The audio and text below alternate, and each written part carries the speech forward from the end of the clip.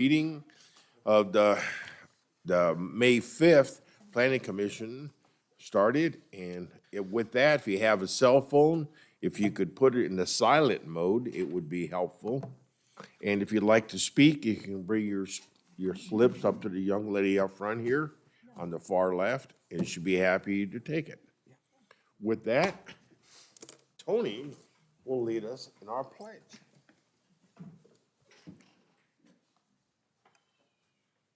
I pledge allegiance to the flag of the United States of America and to the republic for which it stands, one nation, under God, indivisible, with liberty and justice for all. Do they still say the Pledge of Allegiance in schools? Our schools, they do. No. Yeah, high school. Do other like public schools? I don't know. I'll ask my daughter. I was just thinking, how many times I've said that in my life? They do. My wife's school does it. They do not? They do. Oh, they do. Okay, with that, Chris, could I have a roll call?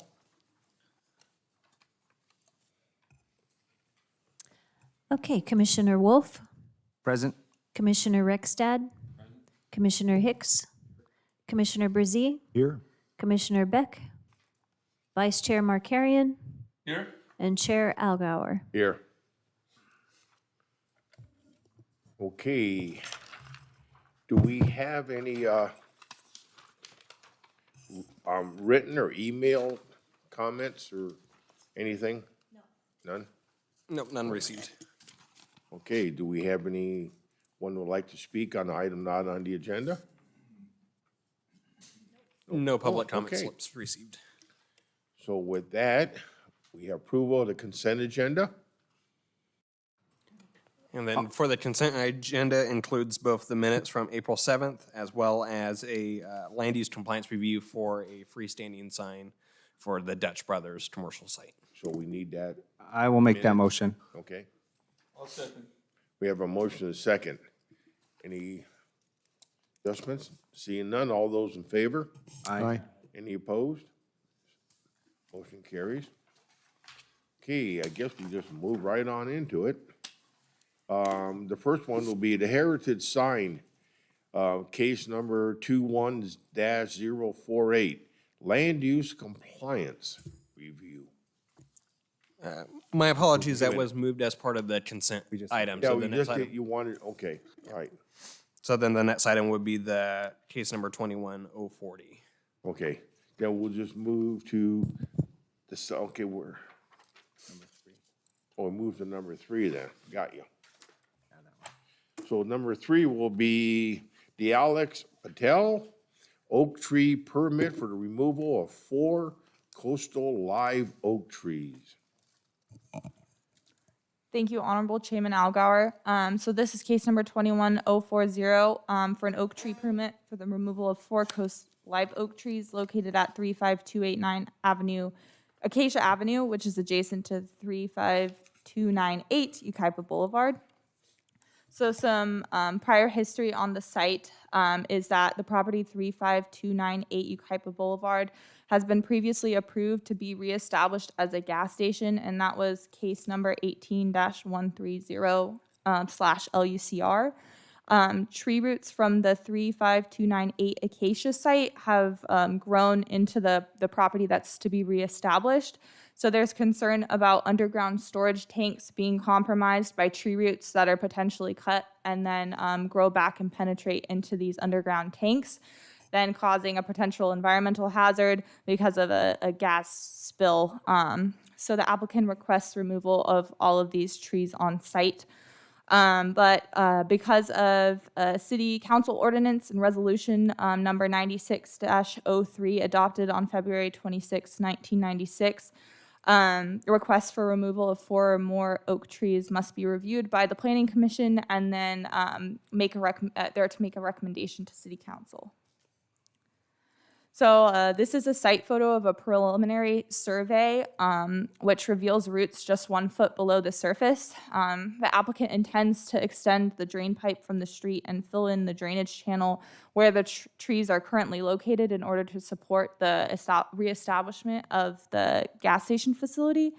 And the city's contract landscape architect has explained that this type of fill activity would ultimately end up in damaging all of the existing trees on site. So some mitigation provided if we're to support the removal of these trees based on the resolution. Details that healthy trees removed are to be replaced with 2 24-inch box trees and 1 36-inch tree.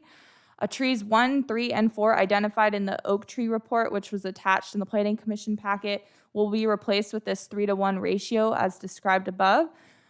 Tree 2, which exceeds a 48-inch diameter, so the applicant will be required to obtain the largest nursery-grown oak tree that is available or provide 2 60-inch box trees.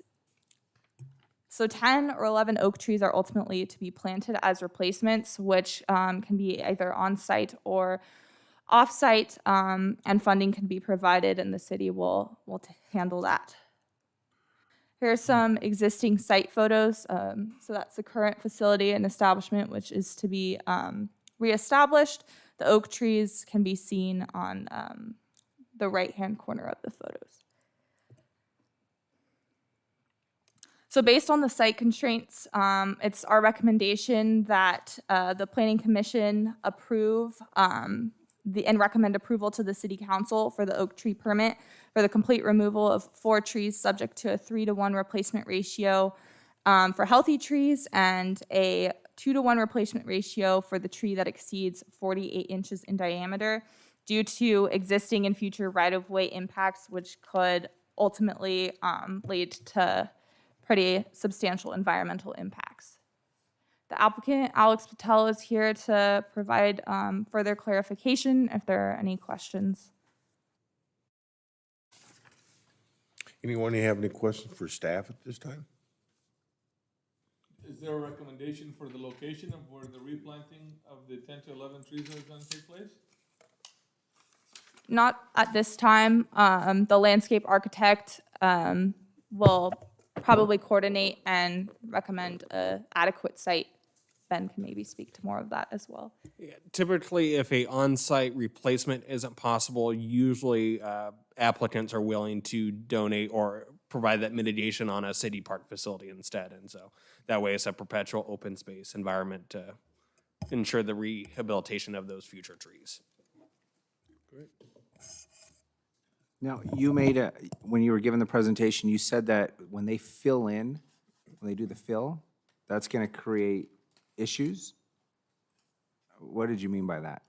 So the trees, because the close proximity to the grade, they're 1 foot below the ground. When they do the fill dirt to provide adequate improvements for that expansion of the drainage channel, then that will ultimately damage the trees, is my understanding. Engineering probably can speak to more of the technical sides of what that process looks like. Yeah, so city standards require 2-to-1 slope on any grading. And so if Maddie's saying they're a foot below the existing grade, in order to get that 2-to-1 slope, you'd basically covering up the bottom of that tree. And I think that's where the landscape architect was concerned that it would essentially drown out or damage the tree just to get that 2-to-1 slope that's required. Okay, thank you. I have a question on it, on the wording. Just it says, obtain the largest nursery grown or provide 2 60s. So is that what your common thing is? Because nursery grown where? That is taken directly from the ordinance. This is the first application I've processed like this, and I'm from what I'm aware of, it's the first one a lot of us have dealt with. So I don't know what exactly, again, that might entail, but I think with the support of the landscape architect, he would help decide what is adequate and would suffice in terms of Okay. either of those So options. Steve gets to make that call then, Yeah. right? Okay. Yeah, just a question because that's kind of a wide variance, but I trust Steve, so. Okay. With that, would the applicant like to make a presentation?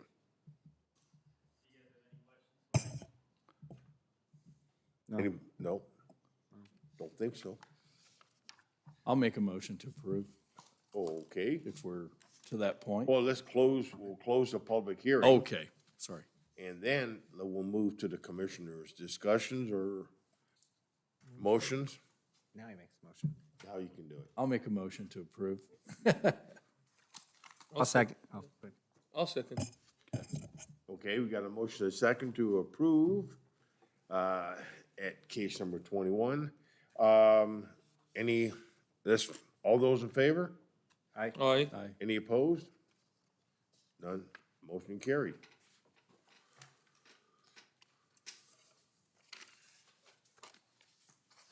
Okay, next one we have on the agenda is, the Benson Homes, case number 21-055, an architectural review for 9 remaining single-family lots located on tract map 15195. Thank you, Honorable Chairman. So this is an architectural review for the 9 remaining lots located 300 feet north of County Line Road on the west side of Holmes Street. Some prior history on tract map 15195 is that in September of 2005, the Planning Commission approved the tentative tract map for a 16-lot subdivision on 4.71 acres. And in October of 2019, they approved case number 19-137, architectural review for the design of the 16 single-family residences. This architectural review included 4 building elevations with 6 unique color schemes and 3 separate floor plans that ranged from 3,060 square feet to 3,251 square feet. The original applicant has built or permitted 7 of the approved lots, and now the current applicant, Benson Homes, who is present today, is now proposing slightly different architectural styles and floor plans for the 9 remaining lots that should be cohesive and compatible with the existing 7 already developed sites. So here's a site plan which indicates the breakdown of the different floor plan types and elevation types. These will be conventional single-family residences in either a 2,581 square foot single-story floor plan or 3,178 square foot two-story floor plan. There are 4 different elevations with both the single-story, which is Plan 1, and then the two-story, Plan 2. So option 1 and 2 have either an elevation type A or B. There's also 5 different color schemes proposed, which means that all of the remaining 9 lots on site will have unique character to avoid repetition within the 16-lot subdivision. So there's also conceptual landscaping associated with this architectural review for the 9 remaining lots, which will be ultimately reviewed and plan checked by the landscape architect. There is larger trees presented in the front yard setbacks with some shrubs as well as separations between the different lots. So as I indicated, Plan 1 is a 1-story residence with 2,581 square feet, and there's a 2-car garage as well as a 1-car garage offset on the eastern side of the floor plan. Plan 1, this is elevation type A. It had all of the elevation types have a craftsman and farmhouse inspired architectural feel. So as you can see, the vertical hardy siding on the front, and then some shutter detailings which are differentiated in color to provide some further building dimension. This is Plan 1 elevation type B, which has horizontal siding as well as some stone veneer at the base of the structure. Similarly, around the windows, there's some detailing with an awning. Plan 2 floor plan is a 2-story, 3,176 square foot structure with as well a 3-car garage proposed, 2-car garage, and then an individual 3rd car option on the side. This is Plan 2 elevation type A with some vertical siding again and shutter accent colors. And Plan 2 option B, which has the horizontal siding and then stone veneer accents with shutters again in different colors. There's the 5 color schemes proposed, as I mentioned, and there is a architectural color and materials board going around up front, which can provide some further detail on these. And then we have color schemes option 3 and 4 and 5. The applicant is present if you have any specific questions in regards to their architectural selections.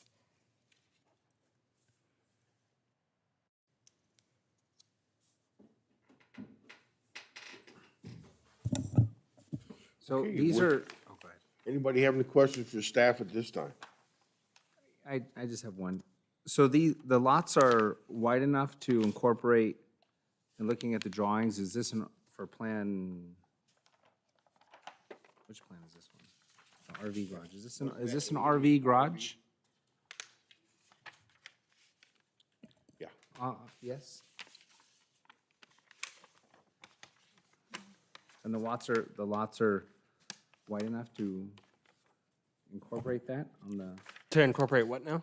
RV, the possible RV garages on the side of the houses? Not necessarily the garage or RV garages themselves. As part of the subdivision map requirements, they're required to provide a 10 and 5 foot side yard setback, and so the 10-foot side yard setback would be in theory large enough to accommodate a vehicle, but not necessarily a separate garage attached to that building. I just can't tell, what's the setback on the sides of the houses? That 10, Is it, they would conform to yeah, the 10 and 5 feet. required setbacks. All of these lots would still have to go through standard building plan check process and would be reviewed there as well. I think that's great. What a great option. As far as exterior elevations and look, are the other houses on the cul-de-sac similar comp roofs? Are they all comp roofs also? That is correct, yes. Okay. So similar look on the outside, board and batten type on the existing? They are? Yeah, similar design. There's some different detailing elements as part of those elevations, but the applicant has tried to provide their own individual floor plans that they would like to build or where they saw the market, but maintaining at least a cohesive overall aesthetic with the existing built homes. Okay. Okay, with that, would the applicant like to make a presentation?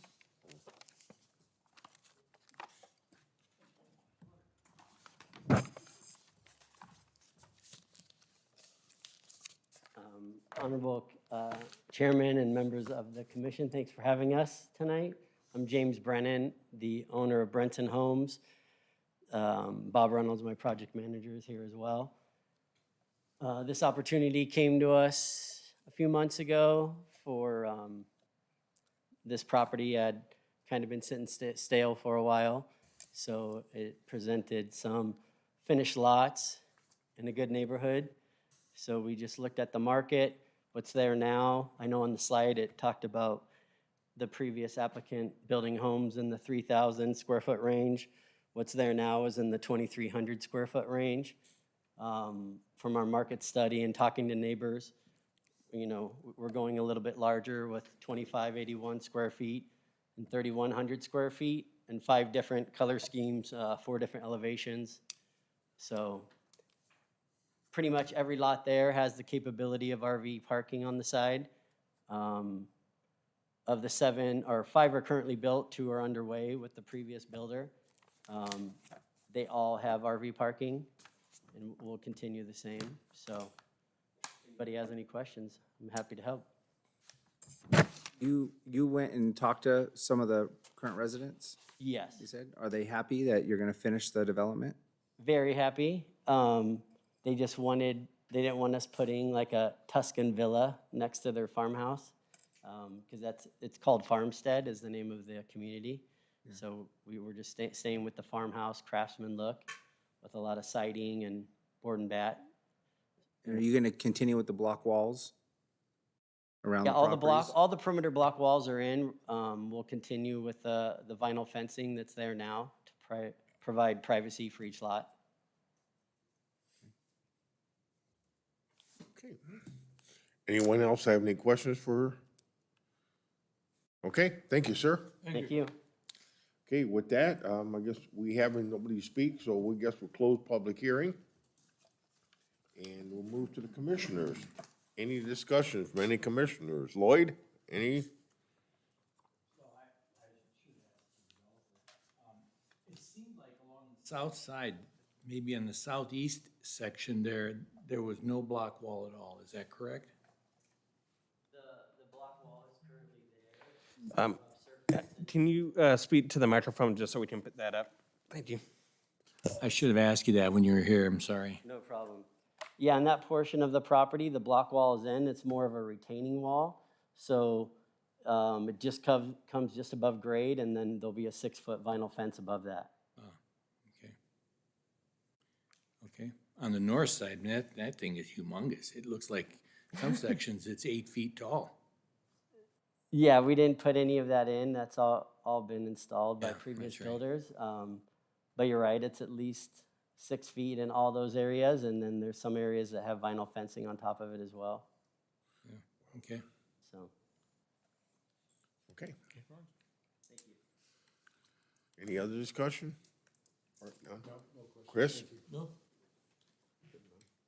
Tony, anything? I'm good. Do I have a motion? Yeah, I make a motion that we approve case number 21-055 architectural review for the 9 lots that are remaining. I'll second that. Motion and a second. Do all those in favor? Aye. Aye. Any opposed? Seeing none, motion carries. Thank you, sir. And number 5, Danny Johnson, a special use permit for an architectural review of a 14-foot tall, 600 square foot detached metal garage. Thank you, Honorable Chairman. So this is a special use permit for a metal garage to be located on a single-family residential property at 12692 Fremont Street. The parcel is 0.62 acres and is located on the southwest corner of the intersection of Fremont Street and Ramada Lane. The zoning is RS 20M, single residential with the minimum lot size of 20,000 square feet. The property is surrounded by RS 20M zoning to the north, south, east, and west. And to the east, there's also some rural residential properties with a minimum lot size of 1 acre. The barn will be for personal storage of vehicles and is required per Development Code Section 88.0101B, which requires that a garage is replaced, that if a garage is converted to living space, there's an additional 20 by 20 enclosed garage provided on site.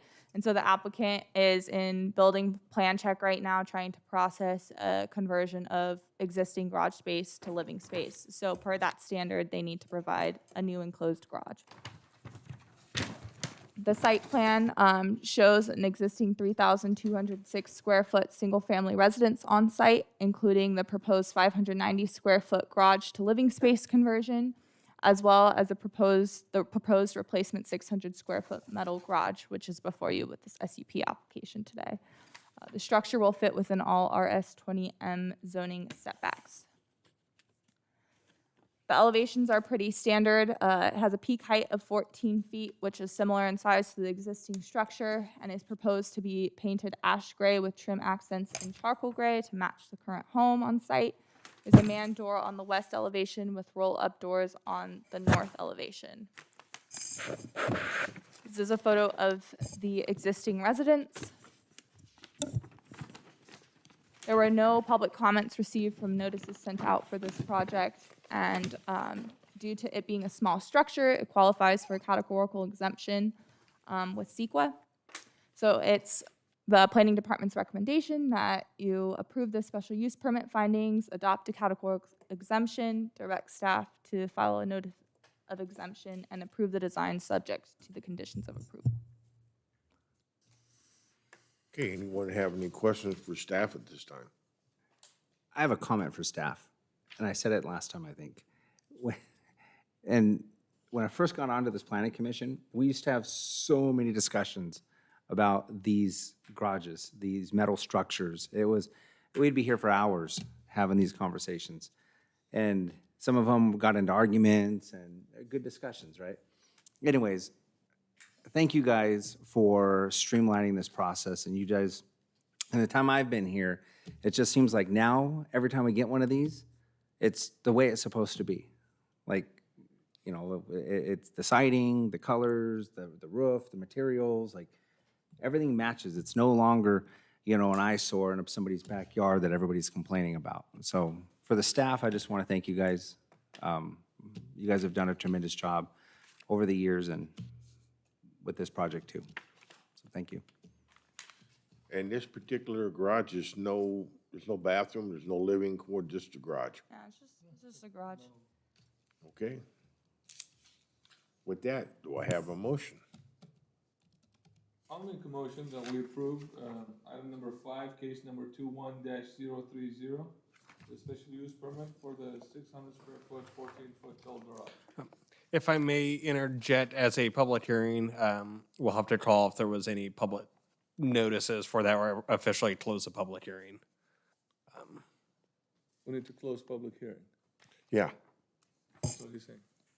We hadn't officially done that, so I just want to Oh, okay. touch base on that. We don't have any speaker slips on that, so Okay. Just for procedural. just procedures. Just in case they change their mind if they want to say anything. There you go. Okay. We're closing the public comment. Yeah, oh, we closed the public hearing. Okay, I'm sorry, I'm with you. I had a bad night here. We closed the public hearing, and now we move to the commissioners. I was ahead of myself. Yeah, if there's no other discussion, Yep, there I'd is like- no other. yeah, I'd like to make a motion that we approve item number 5, case number 21-030, the special use permit for the 600 square foot metal garage that's 14-foot tall. I'll second. Oh, we got a motion and a second. All those in favor? Aye. Any opposed? Okay, I thought I'd gone that route. I'm moving too quick here. And Ben, do we have any announcements? The only announcement I have is that we will have a planning commission meeting for May 19th. So we'll have quite a few different projects on that one, including a few other garages, but some other stuff as well. And so see you guys in 2 weeks. Thank I you. will be out of town if it makes a difference. I know JR is gonna miss me, so someone keep him in check. I'll be leaving May 23rd to June 11th for a nice RV road trip, so. Yeah, we're not gonna have a meeting on the 19th, right? No, we will have a meeting on the 19th. Yeah, I will not be There's a here. meeting on the 19th. I will not be here for that meeting. Okay. Okay, then I will be at that meeting. Oh, great. I will not be. I will be working here that on the 19th, but after that, I'm leaving, so. Okay, so we'll recognize your absence and Okay, Just letting you know. Thanks. that's it. Meeting adjourned. Thank you. All right. thanks.